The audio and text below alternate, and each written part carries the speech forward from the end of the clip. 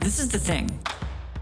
Who you choose to hang around with, who you choose to have in your posse is exactly who you become. Choose your posse wisely. I'm here to tell you that putting yourself first is not selfish, it's revolutionary. Welcome to the Woman Warrior Podcast, empowering women to light their lives on fire through Ayurveda, yoga, spirituality, and fitness.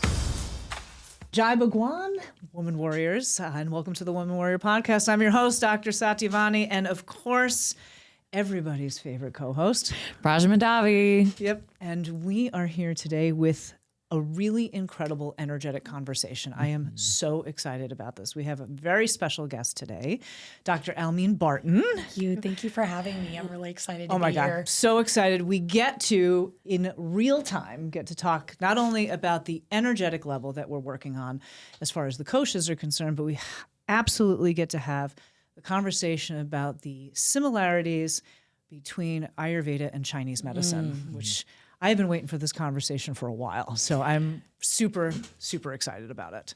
Because a lot of people are always like, well, I know about Chinese medicine, but I don't know about Ayurveda. And I'm like, there's actually a lot of similarities. So this will be fun. And I just think, well, yeah, he said in the text earlier, can't wait for this threesome to happen. I know. And I can't wait for this threesome to happen. This is so great. The Shakti in this room is very palpable because you have a lot of Shakti as well. Oh. And we do too. And it's a thing. Are we representing it's really cool. every dosha? Pitta, Vata, Kapha? Yes, we are.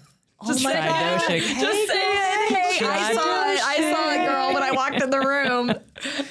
This is going to be fun, friends. Get ready.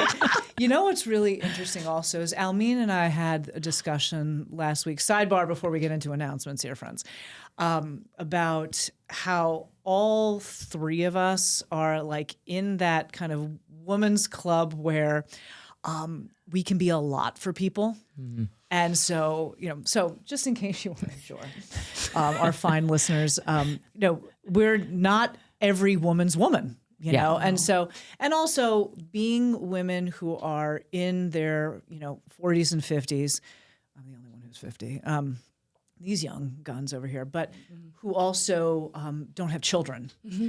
So like it's just a lot of, similarities. And so it's very interesting. So I'm excited about this conversation. So, But let's get to some announcements about what's going on. We don't have sponsors, so we can just announce the shit we're doing. Okay. So the first is the Woman Warrior Academy. Let's give it up there, Praj. So Woman Warrior Academy. So if you go, we now have business cards. I know, it's so exciting. We're like real people now. I have them right in my office. Yes. I'm so excited. So we now have business cards. So I forgot to put that on the list, but we just got them this week. So super excited to have those. Yep. And so thank we you, have Bob Fitzgibbons. Yes. Shout out for thank the print you. job. Yep. Great. Awesome. Great. And so if you go to womanwarrioracademy.com and you look through our website, you can find us as if you want some personal training. We have lots of things on the website that you can check out. So, and what we have connected to it is Circle and things in the Circle, where we have your very basic, which is the free information that you can find. And then we have different levels and different tiers. They start out fairly inexpensive. And then if you want to dive deeper and get further into it and get more information, then that increases the cost a little bit. But you can find it all on the website there. Yeah. So. Yeah, and there's like a little pop-up that comes up when you go to the website that says, check out our Circle memberships, and it'll bring you to our landing page that has all of the tiers, and it's got this like great little graphic design that Bill Thode, thank you, Bill, my long-term web developer. I think he and I have been in a relationship just as long as Michael and I have. So it is. So Bill, thank you for all of the work that you do. But the graphic is great, and it gives all of the tiers. It specifies what is involved in those tiers, and how much you can pay for it and be involved. So we're excited about that. And also, personal training has like officially launched, both in person and online. Do you want to talk about that too? Yeah, I mean, it's also on the website. prices and sessions. If you need, the cost comes down to a little bit. If you want group sessions, if you want individual one-on-one, we got lots of options. So if you want 1 time a week, 2 times a week, 3 times a week, really excited to get that going in the next 2 months because I'm going to be out of school very, very soon. Oh my God, I can't And it's like the clouds are parting. The sun is starting to come out. Is raining now. It's so exciting. I'm excited for it. Yeah. It's So like T-minus 5 weeks, right? yeah. It's crazy. close. It's finally here. Yeah. So close. So packing up my room and so yeah, personal training, be looking out for, either one of us, train with us. Again, we come to you. We can come to wherever you need us to be in your home, at a gym. Okay. We do it all. things. So We bring the stuff, you do the things. yes. Yeah. And we also, we have several other trainers that are on board. So right now, if you are local Boise, you get to, or, the Treasure Valley, Ada County area, you get to hang out with us in person. But we also, for those of you that are at a distance, or for those of you that would like a slightly less expensive option, we also have our branded app through the company, Trainerize. And the branded app gives you options as well. If you want to get 1 workout a week, 2 workouts a week, 3 workouts a week, you directly connect with your trainer through the app. It'll be either myself or Prajna or Pramanika or Malia, who's currently on maternity leave. So a variety of options there as well. So as Praj opened this whole thing up, check out the website, thewomanwarrioracademy.com, and get the information. And if there's something there that you don't see, just shoot us a note. We actually this week, through Kelly Bateson Media, with Jesse Crozier and Kelly Bateson, who are our social media folks. Thank you, gals. We love You're you so killing much. it. Oh my God, they're killing it. They Great are reports killing it. for Oh my God, March. they are such good stuff. This Yeah. week, the post that went up was all about personal training and just great. like, dude, we looked really cool. You definitely looked cool. We looked cool. I shared it on my Instagram. I thought it was amazing. Oh my God, you're so sweet. No, they did great. They're killing it. They are. Yeah. They really They're are. good. And they also designed the business cards. So Yes, I did. like everything is Amazing. just really, fallen into place. So we're excited. We're taking off. We want you to come and jet set with us. So yeah. Love it. And then we've got some special things that we're doing that are coming up. We have a May 3rd DECA, the DECA Fit, which will be in not San Francisco, in Sacramento. So we're going to fly there and do the race together as a team. So we're doing hybrid camp right now. I know. So It's terrible. yeah, Grayson makes us run all the time. All the time. Wow. Come and pay money to run. Wow. It's my joke. It's my joke to him. I Thanks, love it. Grayson. I'm in the wrong business. Glad I got to pay you to run around today. People pay me to, tell them to go run. I love it. Yeah. I'm here for it. It's great. Yeah. That's awesome. They're awesome though. And the hybrid camp is awesome. Yep. So if you want to come and hang out with us, we train at hybrid camp at Epoch Training, which is on Glenwood in Garden City. Sunday mornings, it's kind of like hybrid church, 7 a.m. For about, sometimes it's 60 minutes, sometimes it's 90, sometimes. But if you really want to hang out with with some elite athletes, who are really like, dude, I'm so like the small potato on the block, but we're doing it and we're killing it. So it's Some fun. fit people there. Yep. And Praj and I just did as a team the DECA Mile and took first place in our age group. Woo! Yeah. Killed it. Wow. If you haven't seen the videos, Ladies. check out our Instagram page, Woman They Warrior are Academy. cool. They are cool. It was so much fun. I followed you ladies that day. Yeah. It was And great. the It was energy, awesome. the energy was just palpable. It was such great energy. So good. And if you want to see some massively cool box jumps, just watch the videos because this woman's legs are like boom, boom, boom, boom, boom. I'm like, yeah, I'm just going to watch that. When we had to divide up the activities, I'm like, you're doing box jumps. Not at all. Legs, you Okay. over there. Oh, yeah. Right. Her All legs, right. her legs end at like my mid rib cage. So I'm Perfect. just That's- like, you get to do that. That's a good duo. Yeah. Fantastic. It's a good So, duo. Works out. Yeah, so those are the announcements, folks. So, and as always, continue to, if you haven't hit subscribe for our podcast here on the YouTube channel, please do. Also, we are on Spotify and also follow us on Instagram and Facebook. It's been a lot of fun, and we've got some really great feedback, and we get awesome guests on our shows, and we're just having a lot of fun. So come hang out with us. Yeah. All right. Wellness check-in. Wellness check-in. Let's All do right. it. I'm going to drink some water while we're doing Go for it. So we do the 5 Koshik levels. So we are physical. And then, we'll go around each of us. So physical level. So let's just start there. So physical level for me. Yes. What's going on with you? Last week, I was a little peaked. As Satyavani told me on Sunday, she's like, girl, you better eat. You got to eat, girl. Dude, it was a little gray there for a minute. I know. And I knew crib. it. I knew it. Right. I was aware.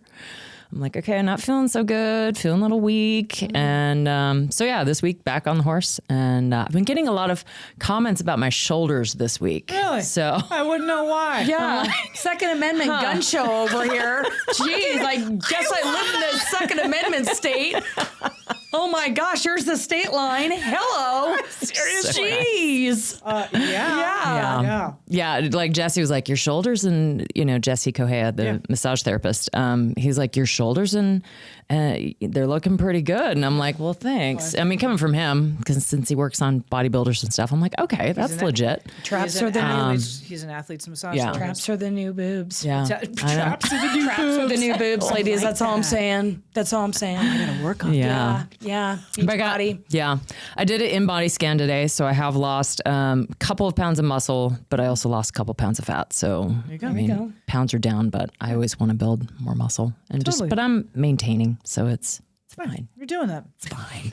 It's Trapplegate over here. As long as my shoulders. As long as I got good shoulders, I'm good. Hashtag You got good Trapplegate. shoulders. It's, you know what else do you fucking need? Okay.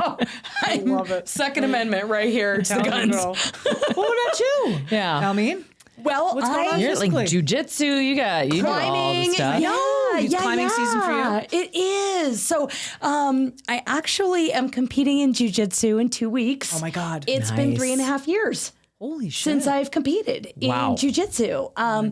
COVID shut down competitions in Oregon, and things were crazy in Oregon. And Satyavani and I actually have a cool Oregon connection. But it's been 3.5 years, and I'm a little older, maybe just a little bit. I'll be 49 in June, and so it's a different age bracket. I'm a master's 4 now, which is so weird to say. Girl, life starts taking off at 50. Okay, well, so damn good. damn, I'm here 40s for are it. awesome, but 50, it's nice. Sweet. So I'm excited about that. That's awesome. Where's the competition? Boston. That's right. Yes, wow. Boston. So I'll be flying to Boston. And actually, when I signed up, I called and I said, hi, I'm a Master's 3. I'm signing up. And they're like, yeah, we have a new category now. And I'm like, oh, what is that? Is it Master's 4? And they're like, it's senior citizen. And I'm like, excuse me? What? Yeah. Got that? What? That's exactly what I did. I said, oh, well, that's great. That probably doesn't apply to me because I'm not 49 until June. They said, oh, no, it's 45 plus. I said, that's your version of a senior citizen? And they said, yes. So I got to check my first box for a senior. Did you get a discount for registration? I did not. I would like the early bird special if I'm going to self-humiliate here. So yeah, that would have been cool. I'd be like, yeah, we'll get wrapped up in my legs and we'll see what happens. Well, Yeah. step into my office. It's right here. I mean, we got the gun show. We got the office. Just step in. Yeah. But yeah, so my hilarious. first senior citizen competition, and I'm thrilled to be participating, and I'm excited to learn from the women I'm going to roll with. That's awesome. And outdoor climbing season is here. I was a pro climber for 21 and a half years. Wow. I've now been climbing almost 24 years. Wow. And so I have a ladies group twice a week that I like to teach and take outside when possible, weather-wise. I'd be down for that. Oh, girl, yes. Just yes. Let's do it. Yeah. To all of it. Oh my gosh, yes. Started climbing again last week. Oh, boom. For one day. Boom. Ask and you shall receive. Here I am. I'm your little climbing fairy. I love it. Love it. So both I enjoyed it, sports are so. hips and grips. Climbing's hips and grips. Jiu-jitsu's hips and grips. There's a ton of overlap. So anyway, I love both sports. They're wonderful. So Nice. good. Congratulations. Thank you. Love it. How about you, Satyavani? You know, this has been a weird week. This has been a weird week. I will say that, in general, I feel fine, I just, I don't know, I got in my head this week with, I didn't feel like I was moving the needle forward physically this week. Like there was, I would, Kind of a straight up like plateau a tired, little bit. straight up. Now, Okay. Monday when I lifted with August, we did a lot of negatives. So like a lot of eccentric kind of stuff, which was Load. awesome. Yeah. Yeah. It was really, really really challenging and awesome. And then, then I did like my DECA training workouts and a couple of lifts. And yesterday was Thursday. Yesterday I felt like I phoned that workout in. Yeah, you told me. Like I was just like, like I'm here, I'm doing it, I'm pacing through it, I'm making it, but I didn't feel like I was like in it, you know. And then and quite honestly, like it was an exhausting week. There was just You traveled last week. Exactly. Having traveled last week and then having to restack everything, because like in our worlds, like you miss PT sessions with clients, you got to fit that in, backfill it. And so, it was a tiring week. And then this morning I woke up and I wasn't feeling great. It's also allergy. Everything's in bloom right now. Yeah, for sure. So Yeah, it's the brain fog It's and the brutal out here in the It Treasure really just Valley. It's affected very my dry. stomach. Like my stomach just felt like there was something sitting on top of it, but and it's okay. Like tonight, I am very much looking forward to like putting my PJs on and having an early dinner and going to bed, and it'll be fine tomorrow. Yep. Love it. But I think it's important also that we like discuss like, when we're doing all of this work, and we do a lot of physical work, that folks and gals out there, like it's not always going to be like, oh, I feel great all the time. Like, that's just peaches not and the cream. case. It's Right. not. That's not the reality. It's not. No. It's like there are days where it's like, I'm tired, hungry, and fucking sore. Yeah. Like, and there are days where it's like, I kind of feel like shit today. Right. And now those are the days you get better. That's right. Yep. That's right. Yep. Mentally. Right. Yep. And it's Maybe it's not true. physically. Right. Yeah. Which actually trips me. I'm going to jump ahead and just go to How the dare you. energetic. I'm sorry. I'm going to go to the energetic and the mental emotional. It was like, okay, this week was an immunity dip. There was also a lot kind of coming at me. As you know, we've had to cover some PT training sessions with clients because we have a gal who's out on maternity leave. Yeah. And that's fine. Like it's all good, but there's that much more energy that's coming at you. You have to digest and you're just like, process. "Ooh," Yeah. and like you want to be on and you want to be focused and all of that kind of stuff. And so then that led to like, I don't really feel that physically great. I feel a little depleted, which then led to I'm not making progress. Right. I'm not moving the needle forward kind of thing. And then it was just like, you know what? Back in the day, I would have been like really frustrated about that. Now I'm just like, it's one fucking week. Right. Like, Right. it's fine. Yeah. It's all fine. Right. So, Yep. yeah. So good. It's good because again, I think it's important that we share on this podcast that it's not always going to be Reality check. wonderful. Yeah. And it's actually very Reality interesting check. because a couple of weeks back, before the DECA mile, 2 days prior, I went to see Almine because my back was locked up, which is like standard operating procedure, of which, by the way, my back has not been locked up since. Girl. Okay, has not been locked up. But this is the fascinating thing that happened. So the podcast that we recorded before this one was about like your body speaks your mind. Okay, this is fascinating. So, and where my back gets locked up, one of the things that is said about that is that there's grief that's there. Okay. And like, I'm going to be straight up. The past 2 years have been fucking rough. It was like the love of our life cat died. My father-in-law died. My mom died. My dad died, and it was just, and then my mom got sick. And so like, there's just been a lot. Okay. And so I know like, okay, there's stuff that's in there. And when you're dealing with this kind of stuff, sometimes you have to be the pillar because other folks, you're trying to manage all of that. and you want to be strong for other people, et cetera. Yeah. So then I come and I see you, right? Back relief was amazing.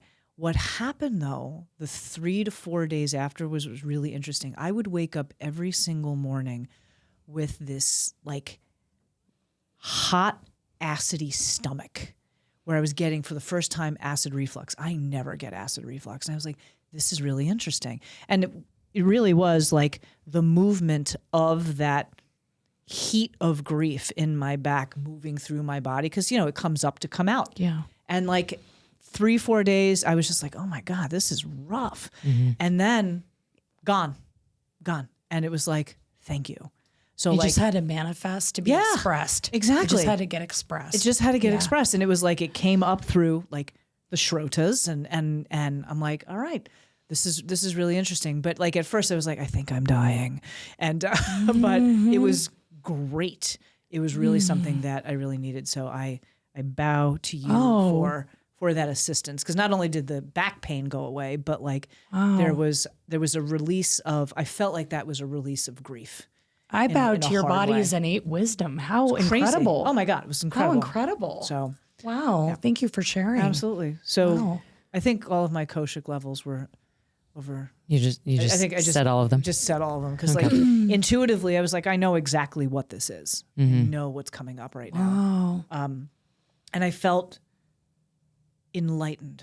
Like, okay. Like Wow. there's stuff that's there that needs to be worked on and scraped away. And sometimes we just get caught up in like the day to day where it's like, I got to do this and I got to do that. And I got to do this. And we don't have quote time to think about, Put it on the back burner. Right. And this was like, nope, this is going to come up. So One way or another. Wow. and it like turned out to be very triumphant. So I'm super excited about it. Super cool. Nice. Yeah. Thank you for sharing. So I'm just going to shut up now because I just went through the whole thing. the whole thing. Okay. Yeah. So how about energetically for you? How are you doing? Today I was super scared climbing. Really? Wowzers. I don't know what that was about. So, I'm climbing at my edge again. I had a knee surgery a year and a half ago. First surgery of its kind on my body. Have you ever had an orthopedic surgery before? I broke my collarbone. Okay. That was like 9 years ago. Okay. But outside of that, no. No. They're a different animal, orthopedic They're a surgeries. different animal. Yeah. I agree with you. Yeah. And today I climbed a really hard route and I was leading the route. I was getting the rope up for others to climb. And I just looked down and I was like, this is not the place you want to fall. This is just not the place you want to fall. And I couldn't let myself fall. So I'm thinking, okay, what's that about letting go, blah, blah, blah. Couldn't let myself fall, but I also just kind of froze. I couldn't move forward either. Interesting. So I was like, wow, I feel stuck here. What is that about? Interesting. And, I had all my girlfriends hooting and hollering, you got this, get the rope up for the rest of us to climb on it. And I'm like, yeah, I'll get right on it. And I'm sitting there and I'm getting the Elvis leg and the sewing machine legs happening. The palms are starting to drip. And I had to calm down. I didn't finish the route. And that's still kind of like eating at me. Like I'm going to go home tonight and be like, why couldn't you finish that route? Like I'm not getting down on myself about it, but I'm owning. I got really scared there. But intuitively. And that was this morning. But intuitively, like let's tie this into the mental, emotional, and the intuition. Like, did you intuitively know this is not supposed to happen? Like, no, it wasn't that. It wasn't. You know what I'm saying? Good question. Because there's sometimes you're just like, kind of this is a little dangerous. Yeah. Like this feels a little. It ominous. wasn't dangerous. Okay. No, it was awkward. Okay. The clipping of the bolt above me was in this weird, awkward stance where I was like, if I don't clip this right, there's going to be a heap of rope that's been taken out where I'm not just going to fall to the last bolt. I'm going to fall all the way rope down. Stretch. I wouldn't deck, but it would be a good solid scare. Okay. And so I was just like, I'm not doing it today. Like today's not the day. It's not the day. And I I am very hard on myself. My one of my toxic traits that I will own is that I have perfectionist qualities on myself. Wouldn't understand. We wouldn't understand any of that. No, because we're women who run businesses. Yep. We support others' processes. We're leaders in our own circles in our different ways. And I had all my girlfriends watching me and get the rope up for the rest of us to climb. And I was like, no, that's not going to happen today. No. And I drove home and I kind of did the, what was that about? And honestly, I'm still unpacking it. I don't really know yet. It's fair. And so TBA, and maybe I won't for a while know what that was about. But it was very interesting. I danced with fear a little bit this morning. So I like it. Yeah. I love that. Yeah. Yeah, because your intuition was not today. But you got to unpack on mentally and emotionally what was going on. Dangerous, and so that's the thing I've talked about. But it was another layer. It was something else. Another layer. Yeah, it's like I always talk about when I talk specifically about climbing on podcasts. Is it dangerous or is it fearful? Because there is a difference. Oh yes, very much so. This wasn't dangerous. I was just fearful. Right. And so I have to unpack fearful is a creation that. in the mind. Correct. And so anyway. Yep. What are you laughing at? Nothing. No, come on. You don't do that and then just not share. What? I feel like I've been dealing with that in my freaking dating life. That's fair. Oh God, I've been there. Here we are, people. Let's do it. Fast forward. Okay, we're there. Come on. Hot seat. Exactly. No, elaborate to you. Yeah. Well, it's just that's just kind of what is happening in my world right now. I mean, aside from leaving my job and starting a new job and all of the other stuff, but that's kind of the new thing that's been happening to me the last, since January. And it's just been kind of a shit show. And it's been, ups and downs, and energy is high at one point and then it's kind of low at another point, and then it's, mentally it's exciting and emotionally it's exciting, and then it's not, because then shit hits the fan and I'm like, okay, well, I don't know what's happening or why it's happening, but it's happening. But yeah, lately I think it's, is it literally dangerous or is it fear? And it's kind of the point where it's really, I really like this. It's a powerful distinction to make. Is this dangerous or is this fear? Yeah, because fearful or fear-inducing, whatever. Right. Yeah. Because I take people out climbing and they're like, this is really dangerous. And I'm like, actually, it's not. Because all the gear is rated for, this, and it's from military. And so it's technically not dangerous, but it is fear-inducing. Yeah. Now that's different. Right. Let's unpack that. Absolutely. Yeah. But you will not be in a dangerous situation here on my watch. Agreed. So anyway, sorry to interrupt. No, that that's was fine. just a distinction that I. It's a metaphor, great distinction. but Really. it carries over in so many areas of Well, life. and it's no different in dating. It's Dating, like, going out with this oh. person is not a dangerous situation. Right. And but there is fear, or there's fear on their side. I was going to say it's more on their side about right me. now. Yeah. So, I don't know. and I think you seem kind of dangerous. I mean, Second Amendment Second over Amendment here. right here. Come on. Well, that's state line. It's the Second Amendment. So that brings me to my intuition, and I've just got to keep listening to my intuition, because my mind always wants to hijack it. And, intuitively, something that you have mentioned, and that's why you're trying to get me, you've got me into the decas and all of this, but what I'm understanding is put yourself in those situations where you want to find the people that you want to be around. Yep. And that's about all you can do at this point. Well said. And online is probably not the place. No. So, I mean, if it leads to maybe a place where you would normally be, yes. But otherwise, like, I think I need to just more organically find it somehow. It's just, yeah. I would agree. So listening to my intuition that way and just keep taking it one day at a time, I guess. It's interesting you bring this up because I was actually having a conversation with our colleague, Jesse, legal, yesterday. And the topic was related but unrelated, but what it came down to is I'd said to him that, when you want to level up, whether it's you want to level up your personal gain, you want to level up your business, you want to level up your body, you want to level up the relationships you have, whatever. You have to put yourself in the situation of leveling up. And I used, I told him, I said, you should come to hybrid camp with us. He should. Because it's fun and it's very easy to get stuck on a level because it's familiar and comfortable. And we were talking about that vis-a-vis business and stuff like that. Like, when you first start out as a personal trainer or even, an Ayurvedic doctor or a Chinese medicine doctor, or even, classroom teacher, like whatever, yoga teacher, that you're at a certain level, and then it's very easy. And it's interesting. A lot of people get stuck at that level and they stay there because it's easy. I can kind of phone this in because I know it so well. But they never grow. Yeah. And like when you want to grow, growth is painful. When you want to grow, you have to put yourself in situations. Like the reason why I got involved in DECAs was because this is going to be painful.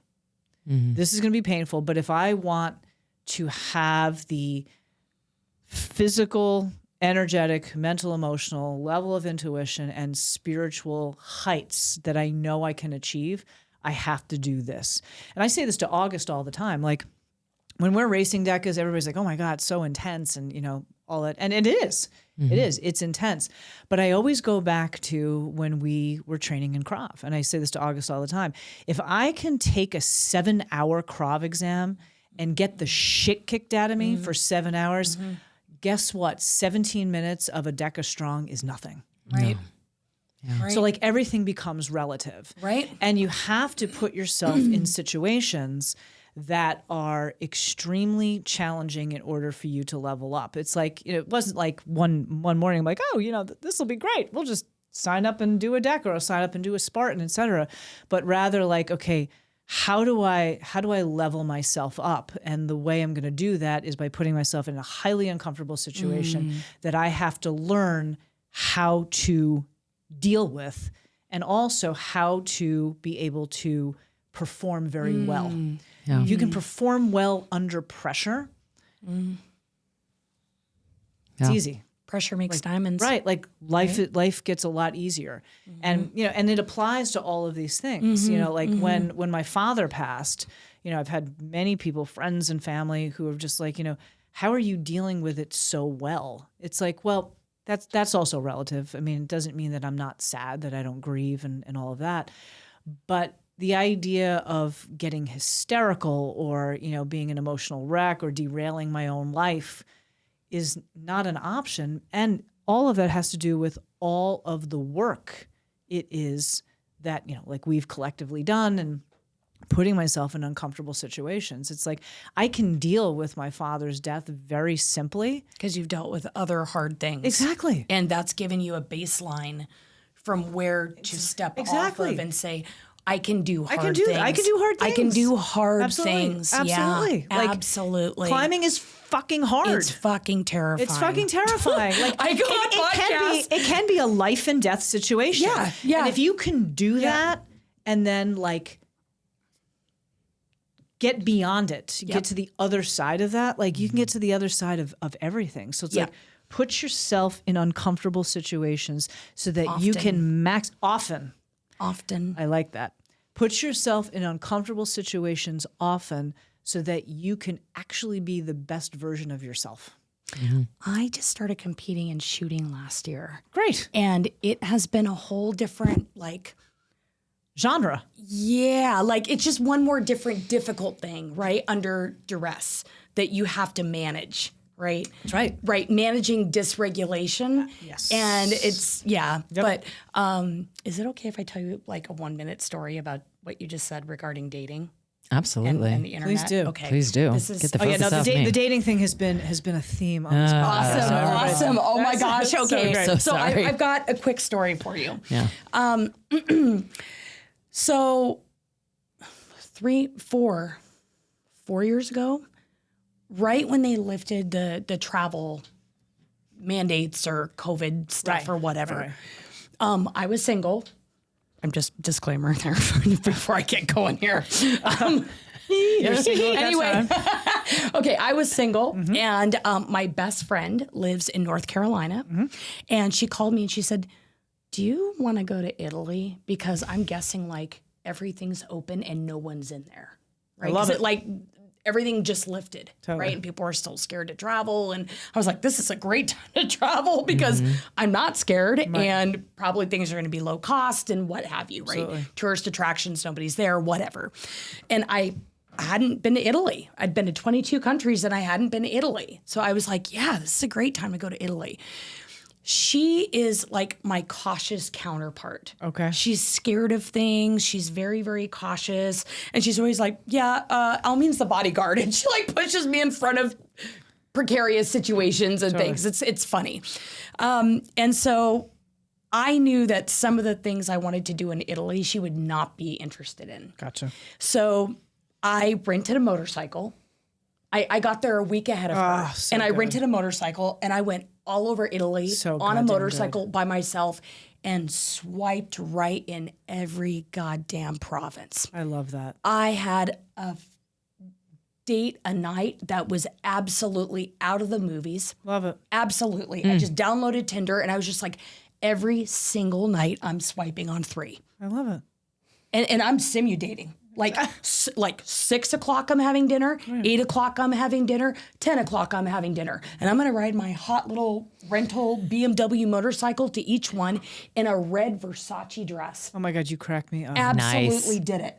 That's great. Yeah. So my mother calls me when I'm in Italy, and she doesn't know I'm in Italy. And my mom's like the woo-woo parent.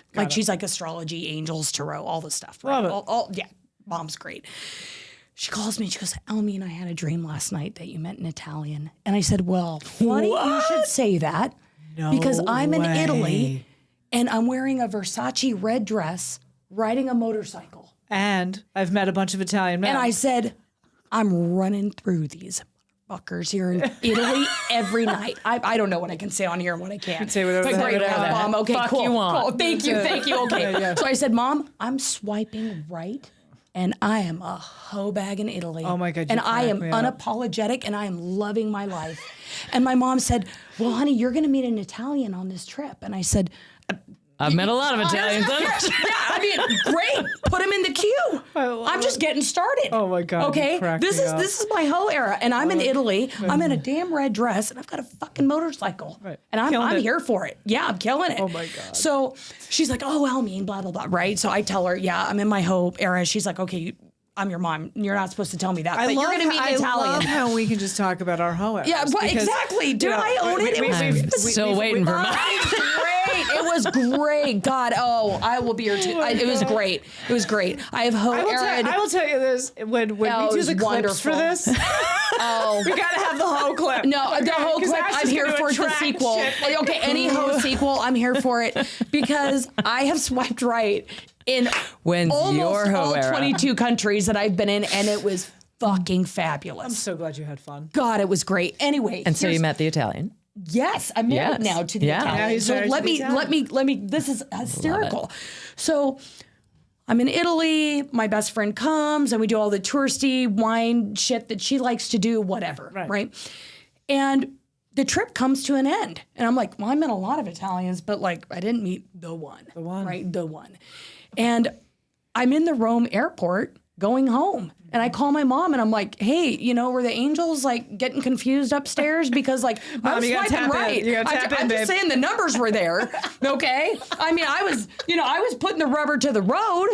I was putting some miles on the car, but, I didn't find, quote, the Italian stallion, right? The one, right? Yeah. And she's like, well, maybe I got confused. She's like, but, my angel told me it was going to happen on this trip. And I said, well, fax your angel and tell your angel I'm at the airport and here's my terminal number and my gate. Because TikTok, bro. Yeah. TikTok, Mamacita. Right. So this gets crazy. Okay, I fly out. I'm like, okay, mom's a little delulu, whatever. Great. Throw another tarot card in the mix. My plane, okay, fast forward, I'm now back stateside. I'm in the States, okay? I'm flying into Denver and there's a huge snowstorm. Oh God. and I get stuck in Denver for 3 days. And so I just post on Facebook, hey, I'm in Denver. Does anybody know of a good restaurant I can go to? Still in my hoe era. Rocking the hoe. I mean, come on, abominable snowman. Yeah, bring in the Yetis. I don't give a shit. Right? I was here for it. Still, So yeah, bring in whatever snowmobile guys. I don't care. So anyway, I just post on Facebook, hey, I'm marooned in Denver for 3 days. What do I do here in a blizzard? Right? And I get butt dialed on Facebook. And I'm like, who the hell calls somebody on Facebook? Like, what? I know people don't do that. No, it's weird. It's kind of creepy weird. It's like, okay, who's right. Come on, it's weird. Do you know me? Yeah. Hello, Clarice. Yeah. So I get this like Facebook phone call, and I'm like, okay, I'm picking this up just because it's so weird. Totally. Right? So I pick it up, and there's like this face in the darkness. Oh my God. Right. And so we are kind of circling back to hello, Clarice. And I'm like, hi, creeper. Who are you? Like, what the? And he's like, don't you do jujitsu? And I'm like, yeah. And you are? And he's like, I'm a jujitsu instructor in Denver and we're friends on Facebook. I said, we are? I didn't know that. I feel bad saying that now, but I didn't fucking know that. Right. And he's like, yeah, even though there's a blizzard out, I'm teaching a class tonight. Would you like to come? And I'm like, I guess, because I have nothing else to do, and I'm in fucking Denver. Are you Italian? So I show up, and I actually thought he was Brazilian because he's very dark, And I've seen his picture on your Facebook, right, and it wouldn't be weird because he's at, he's a teacher at a Brazilian jiu-jitsu academy. So I kind of thought he was Brazilian, and I walk in, and as soon as I walk in, I hear him making a joke about being an Italian. And I'm like, did you say you're an Italian? And he's like, yeah. He's like, it's got its own issues. And I was like, how Italian are you? He's how like, Italian are you? I mean, are we talking like pulp? Yeah, I mean, I'm on a heater. I'm on a heater. So let's just keep going. But he's like, I'm 100% Italian. Oh my God. And I said, really? And then the rest is history. Yeah. Wow. Yeah. And he's way younger than me. So that's a whole other episode. How way younger? 13 years. Get it, Coog. You're my hero. Yeah. Oh, yeah. My hero. Yeah. No, me and Heidi Klum.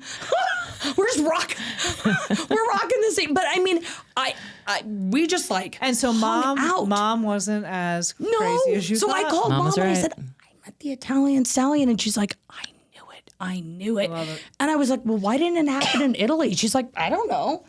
But I'm just saying, you just keep swiping right until something God, I don't know about floats that. down from the ethers. Enjoy yourself. And fear. I think swiping right in Italy's a little different. It is. That's what I'm saying. It's time for a vacay. A warrior woman work trip. Go get motorcycles. Sure. Totally. Yeah. Dude, we should do that. Absolutely. And if you need a hoe guide, I'm just saying, it's not like I don't know where the spots are. Hoe tourism. It's the whole new level of ecotourism. There's just this whole other market. Mm-hmm. Yeah. I love it. Oh my God. You need to go to Italy and swipe right. We actually are here, friends. To talk about Ayurveda and Chinese medicine. That's medicine. Sexuality is medicine. Oh, it is. Yeah, absolutely. Go there. And look, to say that women don't go through these phases is ridiculous. Totally. I mean, totally. We have these stages in our lives. We've got our kapha stage from 0 to 25 where we're growing and exploring and all of that. And then we have our 25 to, about 55. It's great. That, that whole pitta stage where we're on fire and we're doing all of the things and experiences and like getting married and having jobs and children and blah, blah, blah. And then you get into that kapha stage where it's like 55 plus. And a vata stage, where you're just like, okay, I'm just gonna explore what's out there, and, and be out there in the wind, in the air, in the ether, and so like all of it lines up, So when people are just like, oh, I've lived this very chaste life, like, give me a fucking break. Yeah, come on, just stop. Okay? Yeah. We all know, all right? So. And we're unapologetic about it. Absolutely. I think it's like perfectly okay for men to do that in our culture, but when women are like swiping right, I'm in my hoe era. Right. Merry Christmas to everybody. Exactly. Yeah.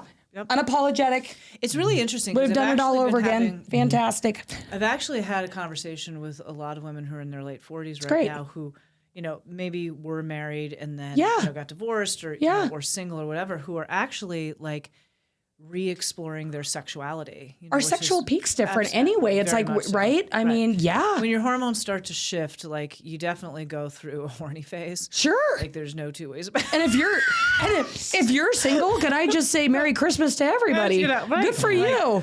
Yeah. Absolutely. It's great. It's medicine. So my cougs that are out there, if you're in your late 40s and you're getting horny again, like it's totally normal. It's wonderful. Normal, right? And you have a different level of awareness. Like you know what you're getting into. And you know what you're signing up for and what you won't and what you won't. And as always, you protect your ojas. You got to protect your ojas. Totally. That's an important part. Yeah. It's great. Balance your hormones, balance your life. Okay, well, speaking of hormones. Okay.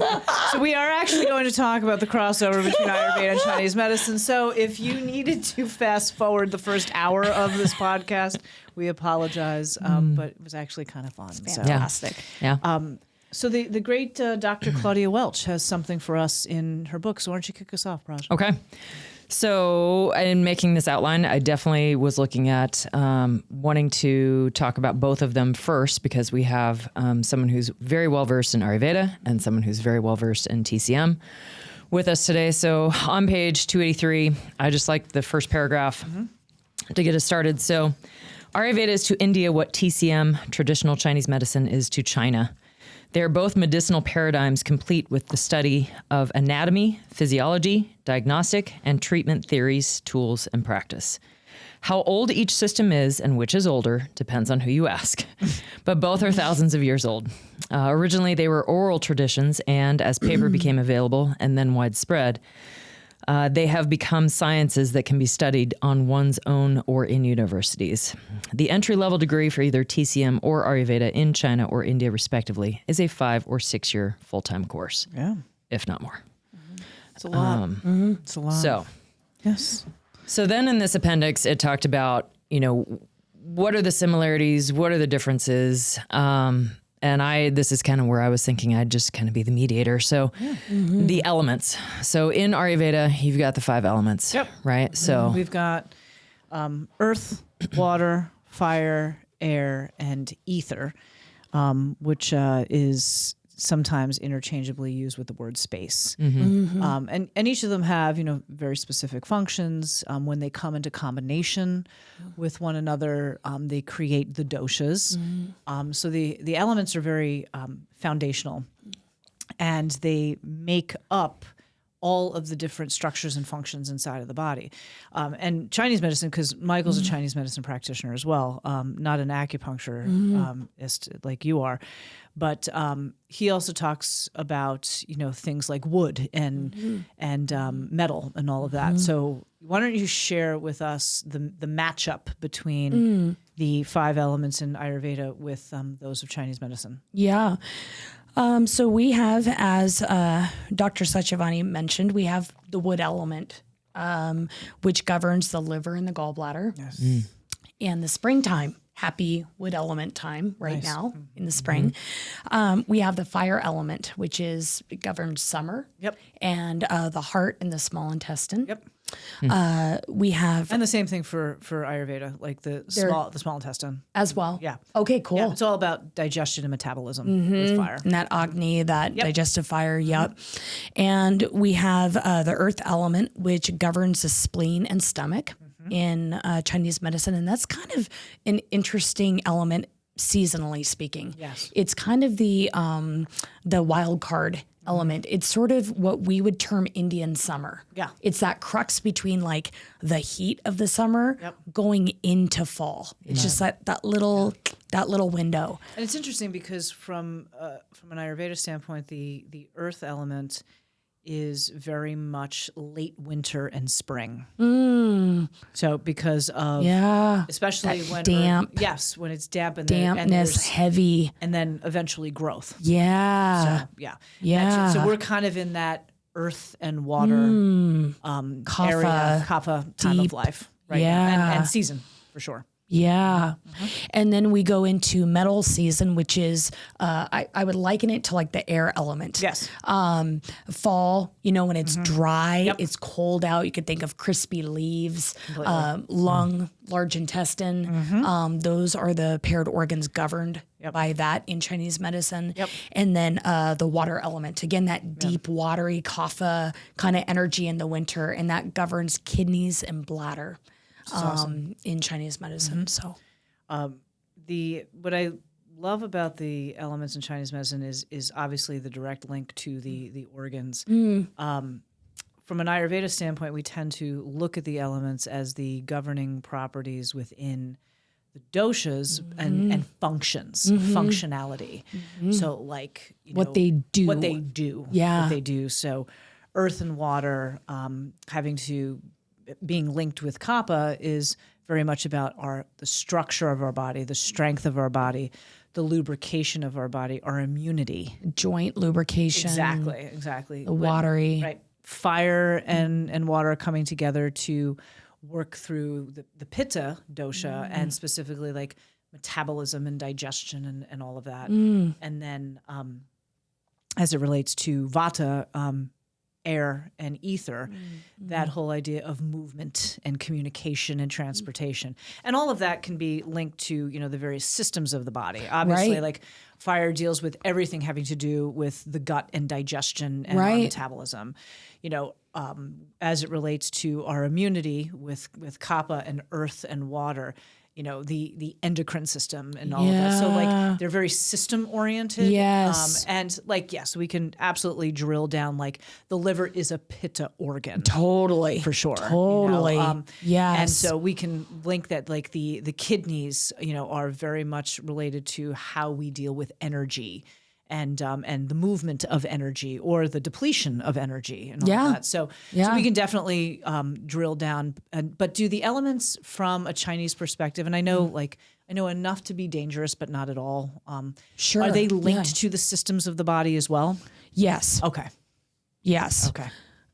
It's interesting. There's a yin and yang element to it. Yes. And I'm sure the same in Ayurveda to use Chinese terminology, but there's a conceptual organ system. Yes. And then there's the functionality of the organs. Right. So one's considered yang, which would be the functionality of the organs and what they actually do. Right. Like and the then, systems. Right. And then there's the conceptual, right, which is where like the emotional correlation comes into, et cetera, et cetera. Yep.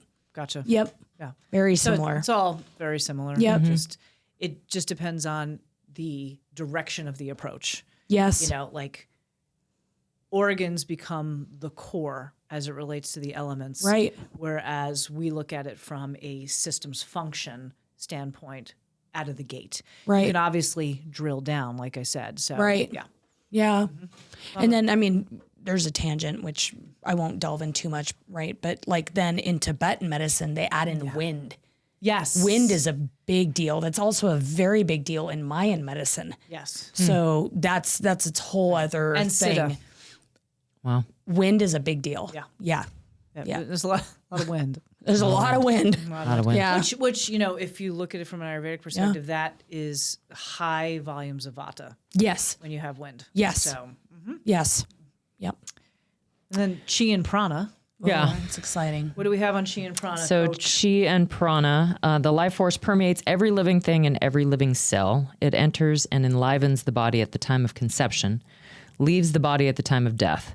It is carried down the breath, but is not synonymous with breath. It is called prana in Ayurveda, chi in traditional Chinese medicine. The two terms are used interchangeably in the book. When there is sufficient chi or prana in the body and it circulates smoothly, we are healthy. When there is insufficient chi, it is moving in the wrong direction, or it is constrained or blocked somewhere, then health is compromised. It is very common for a practitioner of either traditional Chinese medicine or Ayurveda to consider how best to maintain, replenish, or support a patient's chi or prana. This is an exciting topic for me because I am very curious. I'd love to hear your perspective. I actually want to hear yours. Go. So, go. Like, Michael talks about chi all the time, and I am curious when chi is either stagnant or depleted or even overabundant, I would imagine that you can deal with some of that as well. What is the Chinese medicine approach to balancing, nourishing, and maintaining qi?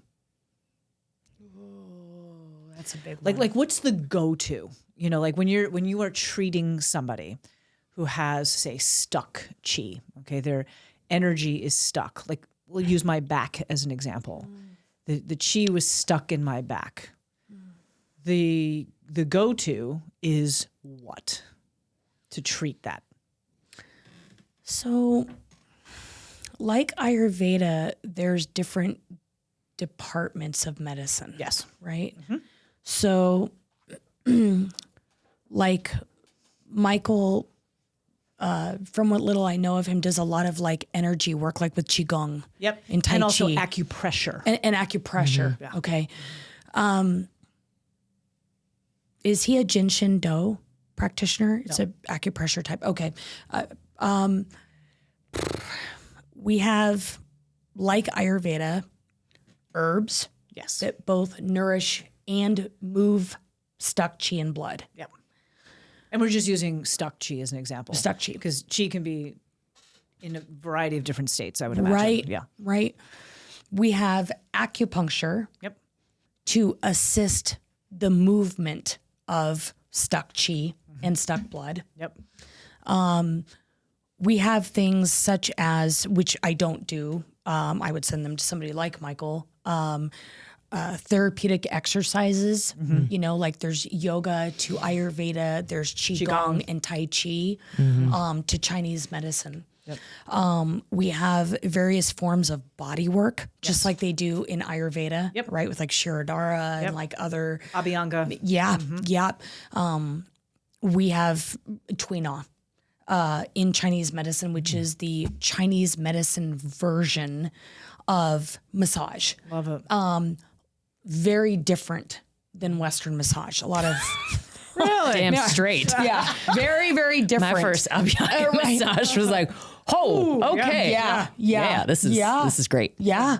I would also kind of pair into that shiatsu. That's from a Yes. Japanese standpoint, perspective. But those are various modalities that we use. And of course, nutritional therapy would be inserted in there somewhere that we use to move stuck qi and blood. But we also have herbs. We also have various forms of body work, various qigong forms that are nourishing. Yes. So I think it's very similar to Ayurveda in that is. way. Yeah. From Yeah. you know, we use the word prana, you know, Right. moving prana. Yeah. You want to increase your ojas. Yeah. You know, keep Right. your tejas in check, Yes. keep prana moving. Yes. You know, all of that. And it's the same thing. Like we go through sort of the pillars of health. You know, the first part is like, how is the person sleeping? Like sleeping huge. first priority. Like if you are in a depleted or imbalanced state, like Yes. first order of business, where is sleep? Yes. And then the same thing, we look at nutritional Yep. kinds of, balancing the diet. Yes. Because there's a variety of reasons why people could have stuck or depleted prana. Yes. It could be their diet is too heavy and oily, too processed, too Dry. or too dry. Or too heating or Exactly. too Right. cold and damp. Exactly. Or, right. So right. like balancing out all of those elements. And then of course herbs, just like you. We have, a lot of go-to herbs just depending on what the condition. Are we situation is. nourishing? Are Right. we moving? Right. And sometimes it's both Exactly. at once. Absolutely. Yeah. And sometimes it's like we actually have to intentionally deplete something or Yeah. reduce Yeah. something. Drain the swamp. Exactly. Right. Literally. Literally, metaphorically, energetically drain the swamp, right? Sometimes we have to do that. We have Yeah. to reduce something in order for it to be replenished. Yes. And all of that. Put fresh water. And it's in. interesting because I think a lot of, I don't know if this happens in your practice, but a lot of, patients will come and they have in their minds what they think is wrong with them. And we use a lot of modern quote trends. So like as an example, Keto, Wim Hof, right. throw in whatever. Yeah. One of the things is this whole idea of intermittent fasting, which I like. I should try that. Do not do that. Do not do that. Be like the worst thing for me. Like, and they are not aware of what their body constitution is or the nature of the imbalance. Correct. And then it's like, oh, I should intermittently fast. Correct. Because I have swelling or I have inflammation or, and there's an assumption that's made. Right. And it's actually like, well, for your Vata body constitution, the last thing you should be doing is intermittent fasting. Right. And my Ayurvedic doctor in India, whenever I go there, she's like, please don't eat breakfast.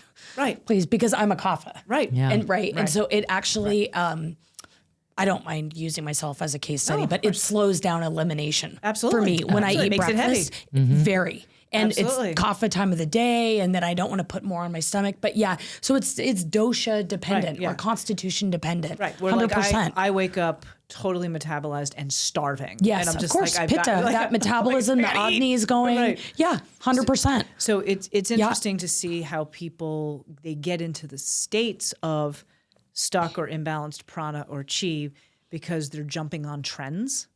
And those trends are not necessarily good for your body constitution. Right. Thank you. What's Thank you for saying that. You know what I'm saying? Like, Thank you so much for saying that. It's not a one size fits all. No, and what is challenging for me is that people who are like, say, into Wim Hof or say or into whatever. And none of those things are bad in and of themselves. No. I'm 100% there and with you. Right. But it's the one size fits all model. That model is not holistic. So again, we're getting back to that discussion of green allopath. Right. It's like, I'm telling you to intermittent fast and to ice bath twice a day. Right. And those are holistic remedies or methods of treatment, but everybody should do them. No. Then it's not holistic. Correct. Then it's not holistic. Yes. I'm right there with you. Well, it's I'm so interesting. glad you said that. Well, in the summertime, I'll give you an example. Like as a pitta, summertime is a difficult season for Totally. because like you're already on fire. And whereas this gal over here, it's like summer, yay! Right. Lizard on a Little Vata is like, Absolutely. thank you. Right. Yeah. So like, Solar God. so I'm like, let's cold plunge, and she's Right. like, no way, Right. no. Absolutely not. And then like what sit on I'm the going to be sun doing after. is being in the middle of you guys because I'm almost equally Totally. kapha pitta. Like my Totally. personality is pitta, my Totally. body is kapha. So Yeah. I want it, but I don't. I want it, but I don't. Absolutely. and like being married to a Vata, with Michael's like, you will never get me into an ice cold bath. Like that'll never happen. Not going to happen. Right. And No. so I that sparked that with me because of the Wim Hof method. Everybody's It's perfect like, for you maybe right. in the summer. In the summertime. Right? And so again, you have that seasonal awareness. Yes. Though. And I right? think, and I've said this before, people do not give enough credence to the seasonal changes and the effects that it's it has a on their body. big deal. It's And a big thank deal. you for saying that on a Yes. previous podcast Yes. about the climate. I was like, holla back. I was like, Satyavani, like, seriously. thank you. Absolutely. Because it's huge. It is a big deal. It is. Yes. And especially as we have more climate change issues. Oh, it's going to change. It's going to shift for all of us. It's fluctuating Yes. daily. Yes. Meridians and shrotas. Oh my gosh. So cool. So cool. So I thought this was probably the most interesting out of the three. So Ayurveda also, because there is maybe more of a difference, I guess. Ayurveda also understands prana as enlivening every cell and flowing through channels called shrotamsi, Shrotamsi. the shrotas.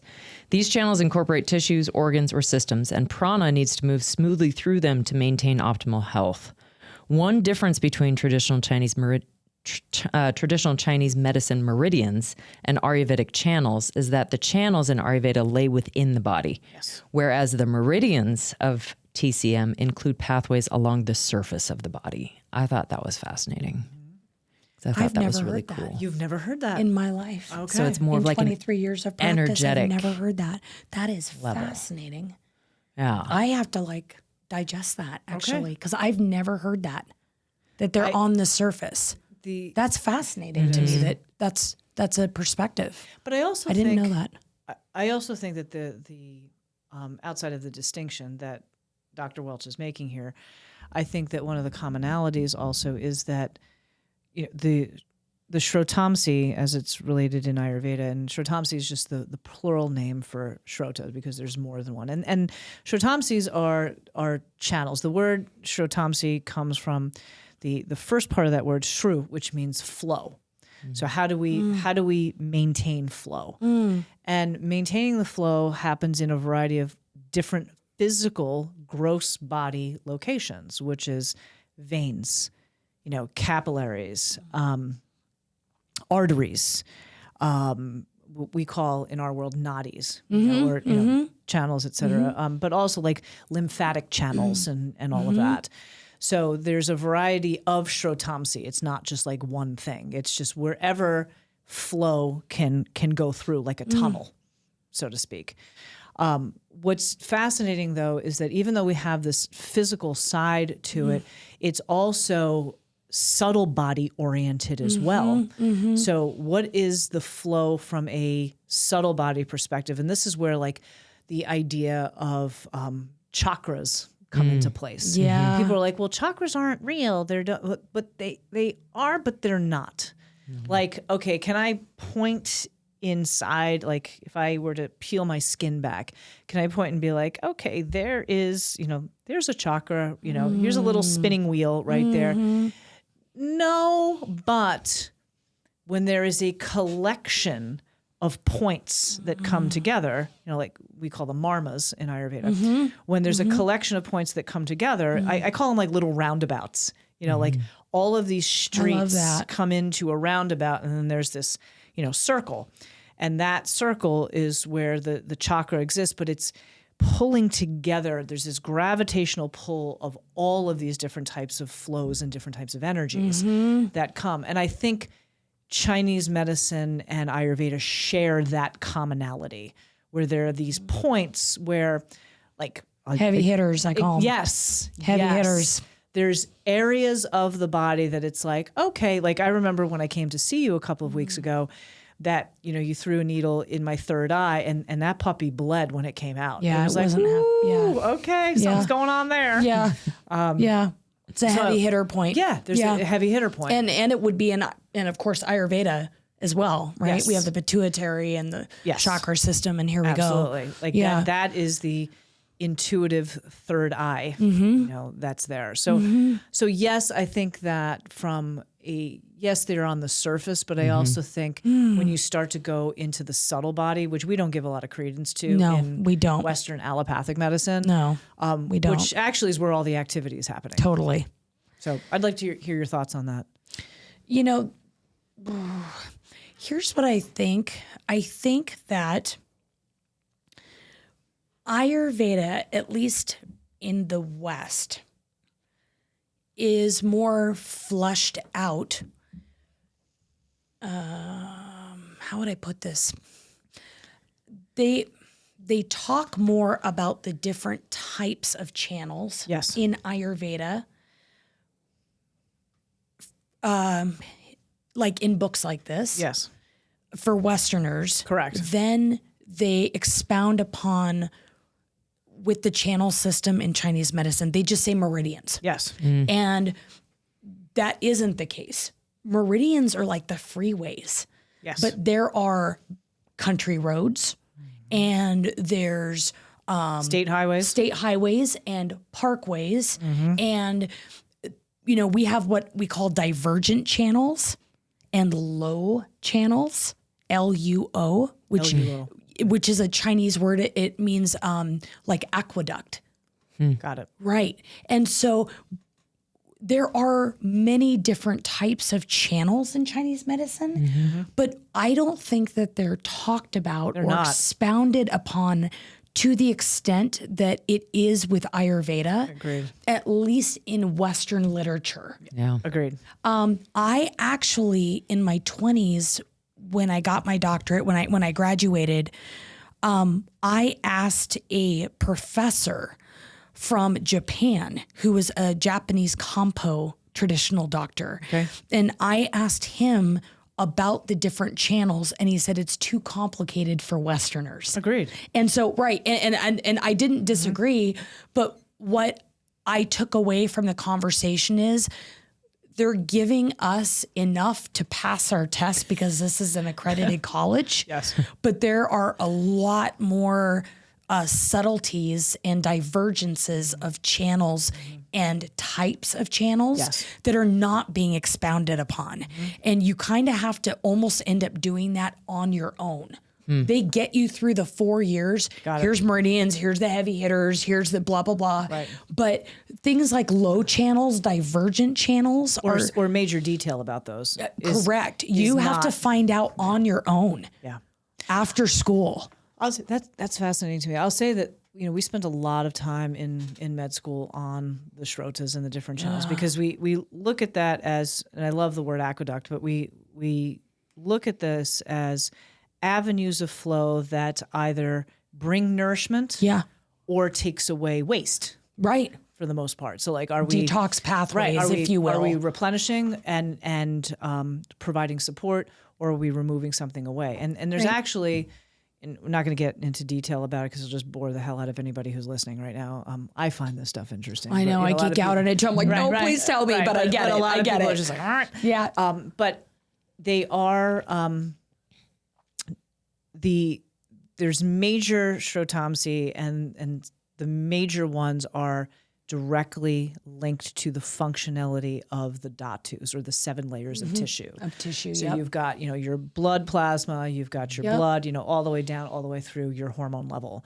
And that's where I think Ayurveda does a really good job of explaining that. Oh, I agree. That says like, hey, these shrotas are directly linked to these various tissues of the body, so that as a practitioner, as a doctor that is working with a patient, you can identify exactly what dhatu needs the nourishment, needs the work or the balance or whatever, and then follow the breadcrumbs with the actual shrota or the shrotamsi. Yeah, we have heavy hitter points that. What are some of the heavy hitters? Like, I'm curious.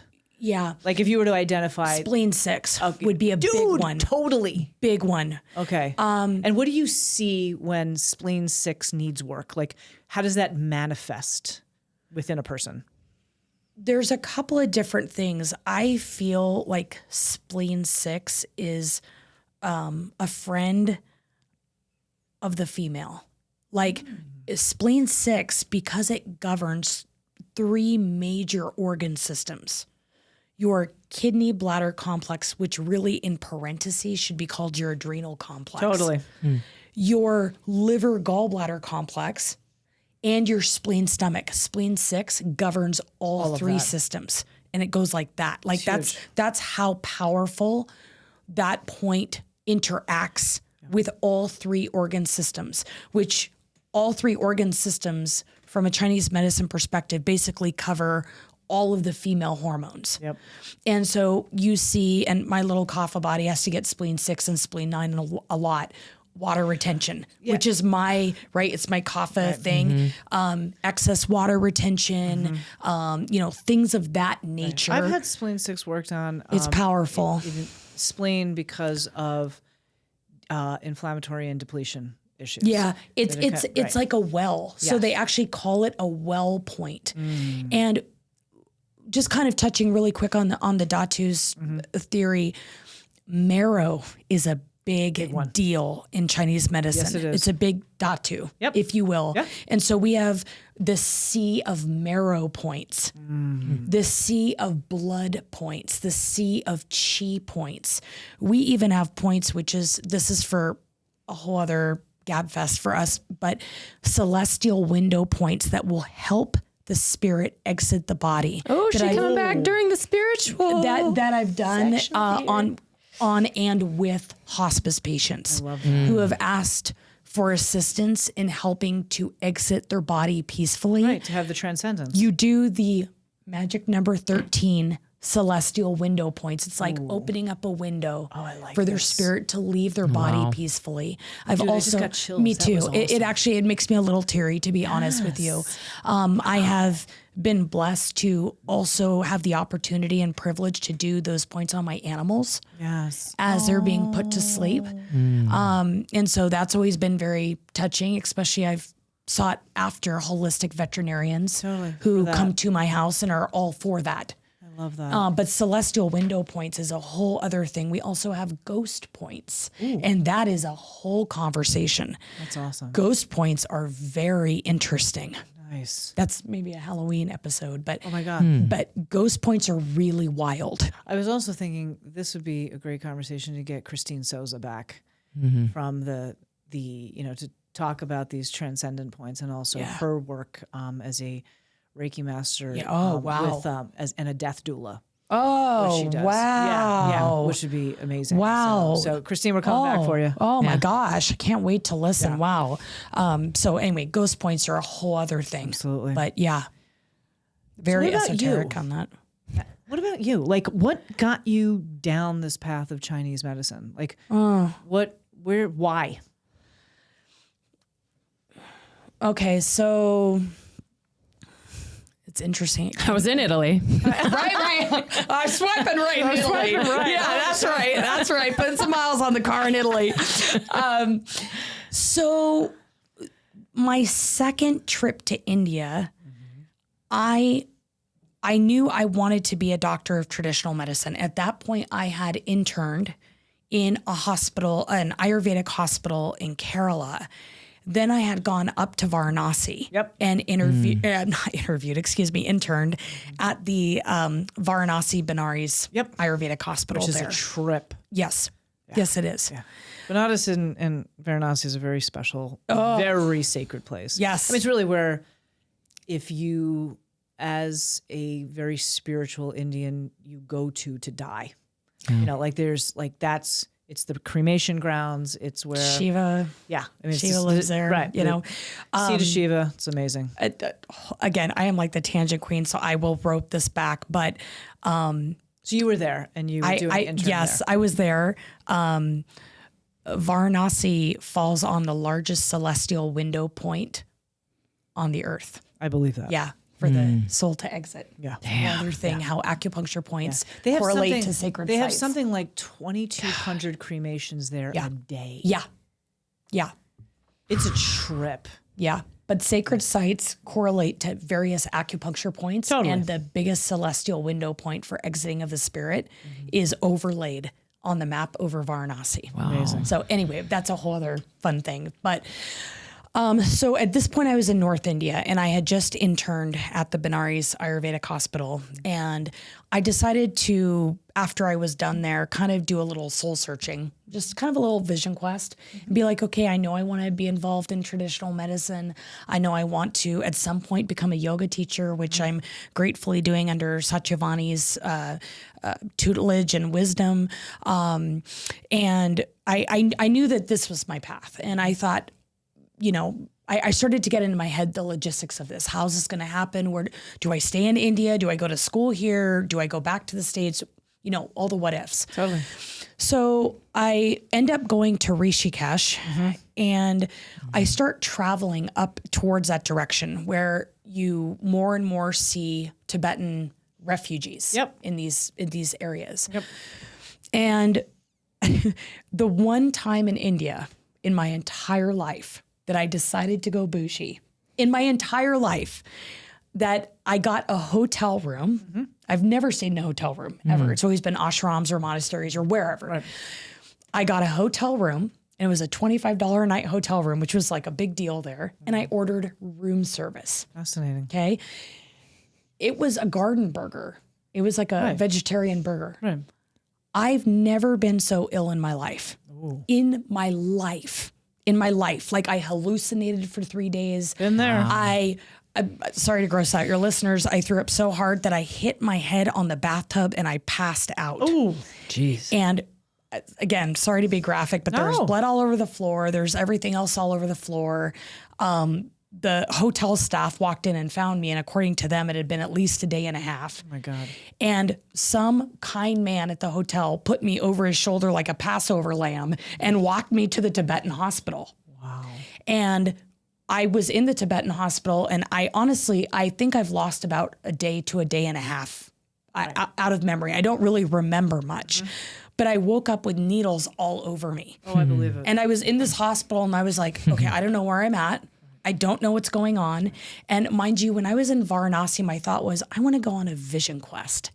Right. So here we are. Okay. Careful what you ask for. Okay. I'm like, it might not come the way. Yeah. I'm waking up like the Hellraiser man, Pinhead and, this hospital. And I'm Had like, it mentioned vomiting. Right. We didn't mention the projectile vomiting, but whatever. Let's go there. You know what's amazing though about this though, is that I know exactly what you're talking about. I know you do. And all of I feel like I'm like in good company. These magical experiences happen. Yeah. I mean, that happened to me in Rishikesh, where you're like, okay, and it's always so interesting how the physical gets involved. Yes. It's as if your body is literally shedding something. Yes. And it's fucking painful. And it did out of all the datus. Right. Like it is fucking painful. It is. I was like burning to death. Yes.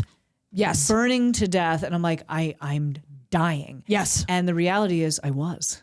Like you were having like a shamanic death. Your previous life is leaving you. Bye. And now you got to move on. Yeah. And like shit like that happens in India. I mean, like, it's crazy. It's legit. People are always like, how was your vacation? I'm like, no, it's a pilgrimage. Right. It's not a vacation. Vacation sitting my ass on a beach in Jamaica. Exactly. The cocktail. Yeah. This is a pilgrimage. They're very different things. I'm not burning to death in Jamaica by the pool. No. You know what I'm saying? Very much so. Anyway, I wake up and there's acupuncture needles all over me. And I'm just sitting there and I'm like, I don't know where I am. I don't know how long I've been out. Right. I don't know what's wrong with me, but I don't feel right. Something is really off. Wow. And this Tibetan woman comes in and she has like all these beautiful braids and, their turquoise jewelry. And she looks at me and she goes, welcome to your new career. And I said, excuse me? I said, I don't know where I'm at. I don't know what's going on. I said, am I still in India? Like, I didn't know if I was in Nepal, in Tibet, because a Tibetan woman's walking in. I don't know what's going on. And she said, I'm the Dalai Lama's physician.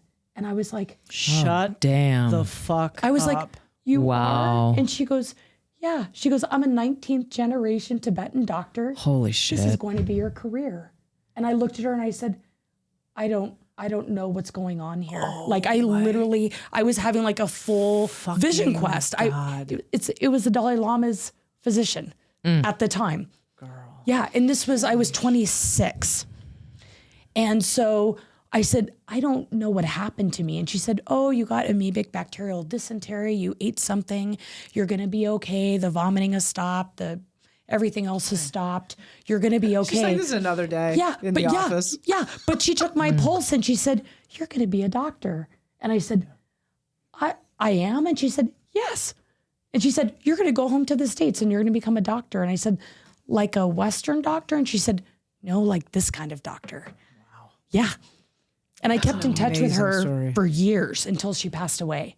She was on, I would say she was like 75.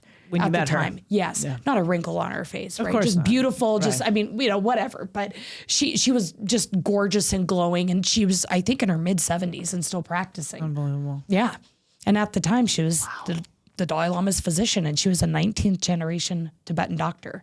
It's incredible. Yeah. So I feel like it found me, if that makes sense. Oh, I know. Yeah. Yes, it does. But then it does. But then I had a huge conundrum. I'm like, do I go back to the States and go to like an Ayurvedic certification program? Right, do I go through a Chinese program? But I didn't really. Right. And then you landed at OCOM. I did. Okay. I landed at OCOM. And for those of you that don't know, that is the Oregon College of Oriental Medicine. Which no longer exists. They're not in Portland anymore? They don't exist. They closed down. Oh. COVID killed OCOM. I am so Portland riots. Oh. Just, yeah. That actually breaks my heart. I cried. I cried. I actually debated, this was way before, well into Ayurveda, but there was a point where I was just like, maybe I'll go to OCOM. And actually, Michael contemplated it as well. Just wasn't part. Oh, I'm so sorry. No, it hasn't another been casualty. open, I think, for what, 2 years? That sucks. No, it does. It's very heartbreaking. It was a beautiful place. Yeah, and they moved it into Chinatown in Portland. Yeah, it and became a thing. Yeah, and because of its location, which was very close to Burnside and Old Town and the homeless situation and the Portland riots, it got out of control. The staff literally said that they felt unsafe to teach at that college where it was located. I could see that. And so it is no longer. So what are some of the common issues that people come into your office for? Like fast forward, now you were in Oregon, you went to OCOM, and then you moved here to Idaho when? 2 years ago. 2 years ago. Yep. Okay. And you opened your practice here. Yes. And Idaho Sports Acupuncture. Right, of which you specialize also like in athletes and acupuncture orthopedics is what they're now terming it. But yes, sports injuries, post-op recovery. You're going, right? That's tomorrow. No shit. Yay! I'm so excited. Oh my I'm so excited to work with her. Absolutely. It's going to be a pleasure. But so since you are specializing in that, like what is the average person that comes to see you? Yeah. And what are their deals? Like top 5 diagnoses maybe? Yeah. Plantar fasciitis is a big one. I believe that. It's a big one. As the endurance community continues to push its boundaries, 300-mile races for ultra runners are the new 100. I'm treating ultra runners who do 300-mile races now. Fuck that. Right? Don't you dare. Oh, girl, that will never be on the radar, so don't worry. Right? 300-mile races. And for those of you that do it, I'm sorry if that came out harsh, but like, fuck that. That's right. 200-mile races, like 50Ks and 100s are so yesterday. Dude, a half marathon for me is more than enough. Yeah. You're killing your ojas, people. Yeah. So I treat... Do you have any chi after that? I treat a lot of ultra runners. I treat a lot of ultra runners with plantar fasciitis, a lot of fast packers who are trying to, accomplish speed records through various mountainous terrain, PCT, John Muir Trail fast packers, Sawtooth Trail fast packers, that kind of thing. So they're putting a lot of miles on the feet. We should have Holly come and see her because she was just dealing with some stuff on the bottom of her feet. One of our besties that trains with us who is training for half marathon racing, and she's just recently. Holly, we're coming for you. Just so you know. Hey, girl. Hey. Carpal tunnel is a big one. People who are trying all options before maybe something surgical, and I would say honestly, it's not a overestimate to say I can probably nab 85%. Oh, I think it's more than that. Of what I see, so that we can avoid surgery. Yes.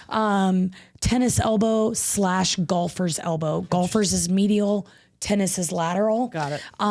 Huge. There's a large tennis, or I'm sorry, well, not just tennis, pickleball, but pickleball, golfing, swinging. Pickleball's a thing now. Oh no, it's big. I know. It's big. have never. I was kind of making fun of it the other day. I'm like, I just feel like it's a thing. It's a lazy tennis. It's like so it's funny. like if Dude, racquetball and tennis. Some of my clients who I know. Dude, like they're in it to win it. I've never played pickleball. I haven't either. I will be straight I know, up. that's why I can't say anything. No. I I think it's if really fun. racquetball and tennis had a baby.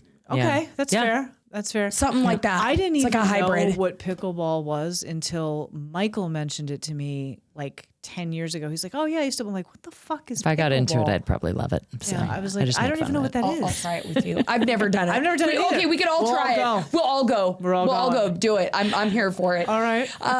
So anything swinging, where there's rackets involved, and usually that's, one-sided overuse, injuries like that. Les Schwab guys, all day. And so they have bad tennis elbow. Like mechanics. What about, believe it or not, what about hairstylists? Because of how their hands they're like and this, stuff are cutting, like this coloring. Yes. Yeah, they often get shoulder impingements. Okay. And so, yes, I do see hairstylists.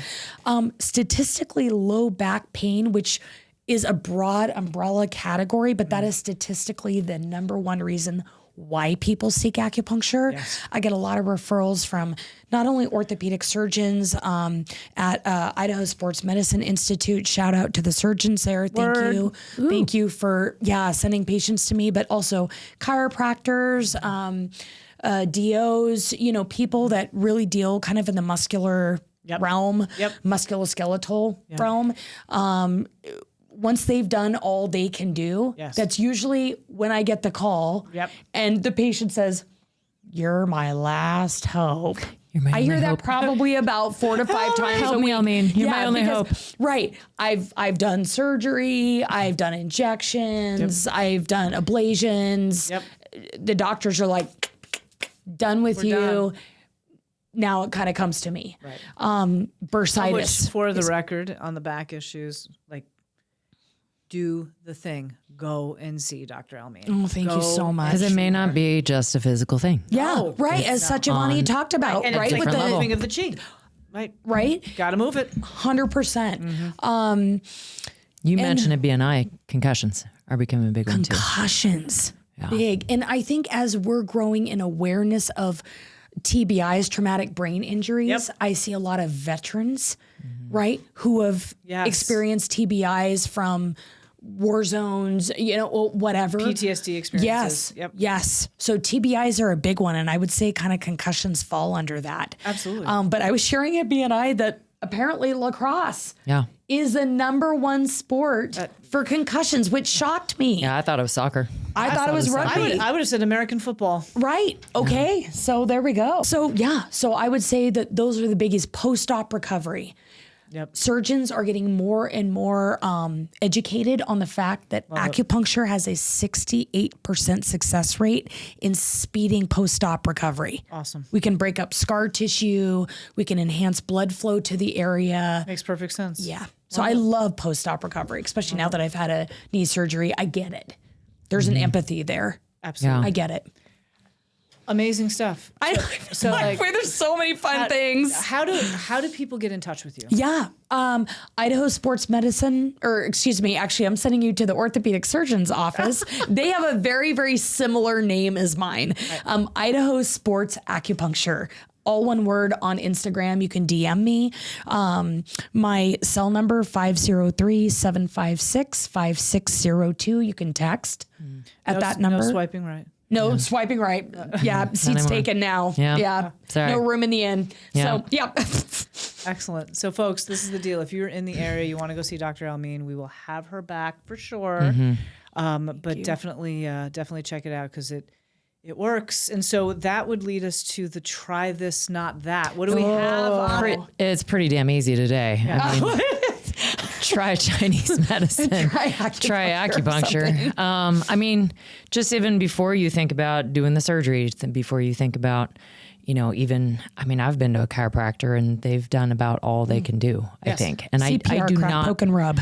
I do not want to get surgery and I just refuse. So I would much rather come and see you. So, try these things because I really don't think that mine is, like you say, just a physical thing. I think there's an emotional thing there. I think there's a subtle body thing there that I just can't access. And she's like the perfect patient, like these two, like easy to treat because you're aware of that. Absolutely. Because you'll go there and process whatever comes up. Agreed. Yeah. That's like the perfect patient, as you know. It really is. Yeah. When somebody is fully aware. Willing to do the willing work. to do the work.